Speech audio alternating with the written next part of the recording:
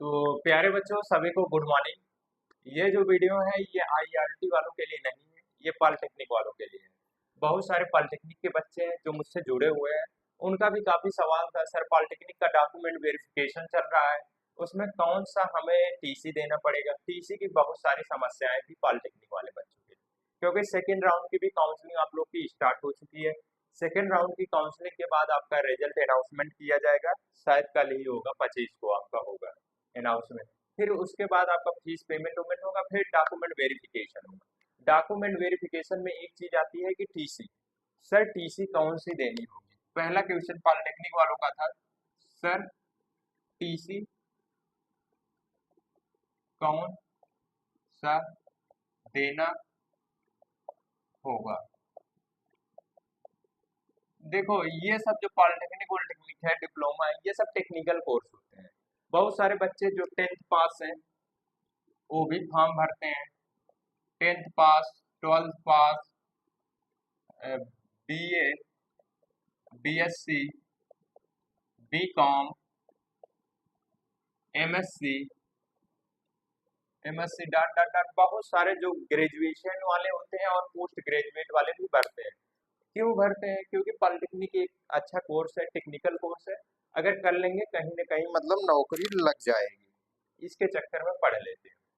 तो देखो बहुत सारे बच्चों का डाउट है, मैं 10th पढ़ा हूँ तो 10th की टीसी दूंगा। बहुत सारे बच्चों ने 12th पढ़ा हूँ, क्या मैं 10th 10th की 10th, क्योंकि पॉलिटेक्निक 10th लेवल पे है, मैं 12th पास हूँ, क्या जो टीसी मार्कशीट लगेगी सिर्फ 10th की लगेगी। बहुत सारे बच्चे बीए किए हैं, क्या मेरा जो टीसी मार्कशीट लगेगा 10th का लगेगा। बीएससी वालों का भी सेम डाउट है। तो समझो ध्यान से, देखो जो बच्चे 10th किए हैं, जो बच्चे सिर्फ अभी 10th पास होकर आ रहे हैं, तो उनका 10th का जो लगेगा टीसी और मार्कशीट सीट, ये 10th वालों बच्चों के लिए टीसी और मार्कशीट आप लोग का लगेगा। और जो बच्चा 12th किया है, 12th वाले बच्चे का कहना है, इनका कहना है कि सर आईआरटी सॉरी पॉलिटेक्निक जो है 10th लेवल पर है, क्या मैं 10th की टीसी मार्कशीट दूंगा? नहीं देना है आपको। क्यों नहीं देना है? देखो अगर आप 10th की टीसी मार्कशीट दे देते हो, 12th नहीं लगाते हो, तो क्या होगा बाबू, आप तो एडमिशन ले लिए जा रहे हैं, तो वहां पे मांगेंगे आपने 2 साल किया क्या, आपका 2 साल गैप क्यों है, आपने 10th पढ़ा है इतने में, फिर आगे आपने टीसी दे दिए, पढ़ाई किया ही नहीं आपने। तो 2 साल का आपका गैप का सर्टिफिकेट बनवाना होगा, हलफनामा बनवाना होगा। तो वो आपको बहुत सारी दिक्कतें आएंगी, हलफनामा बनवाओगे फिर वहां पर लगाओगे, 2 साल क्या किए, बाद में भी गैप लगे। तो इससे अच्छा सिंपल से क्या करो, 12th की मार्कशीट सीट और टीसी 12th की दे दो, 12th की टीसी दे दो, बात खत्म। ठीक है, आपका गैप का भी नहीं बनवाना होगा, और 12th की आपने टीसी मार्कशीट दे दी, आपका बच गया, गैप भी नहीं हुआ, टीसी भी हो गया, हलफनामा भी नहीं बनवाना हुआ। तो सेम चीज ऐसे बीए बीएससी वालों के लिए। ठीक है, बीएससी मान लो सर मैंने 3 साल बीएससी किया और 2 साल 11 12, क्या मैं 10th की टीसी दे दूं? बहुत सारे बच्चों का फोन आता है। तो देखो अगर तुम 10th की टीसी मार्कशीट दे दिए, 2 साल यहाँ और 3 साल बीएससी 12th के बाद, 5 साल आपने किया क्या? इसमें हलफनामा में दिखाना पड़ेगा तुम्हें। इससे अच्छा क्या करो, तुम बीएससी का मार्कशीट मार्कशीट दे दो बीएससी का, और टीसी दे दो बीएससी का।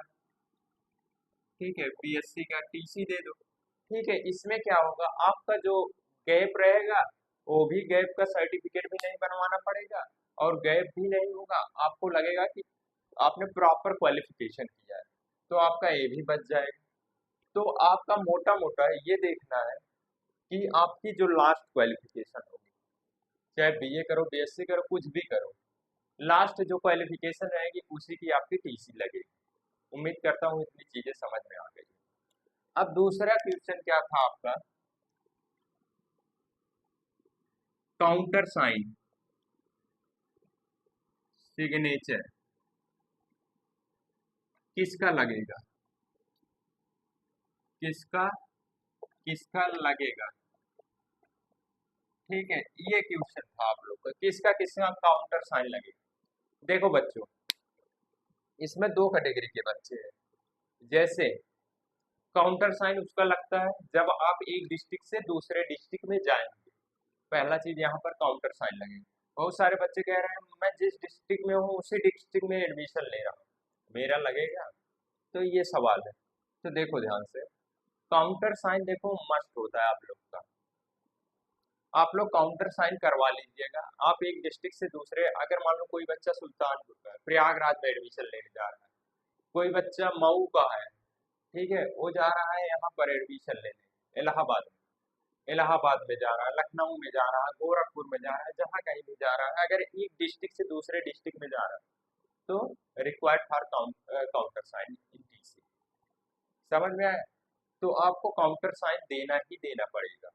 तो काउंटर साइन होगा कहाँ से? जहाँ आप 10 12 BA BSc जो भी कर रहे हैं, वहाँ जहाँ टीसी निकलवाने जाएंगे, बोल देंगे सर मुझे काउंटर साइन चाहिए इस पर। तो वो जो पैसा लेना होगा 100 150 रुपए लेंगे, जो खर्चा लगता है, उसको लेने के बाद आपका काउंटर साइन करवा के दे देंगे, आप कॉलेज में सबमिट कर देंगे। ठीक है, ये हो गया काउंटर साइन। और फिर बहुत सारे बच्चों का कमेंट आया, सर मैं इलाहाबाद का ही हूँ और हमें इलाहाबाद में ही एडमिशन लेना है।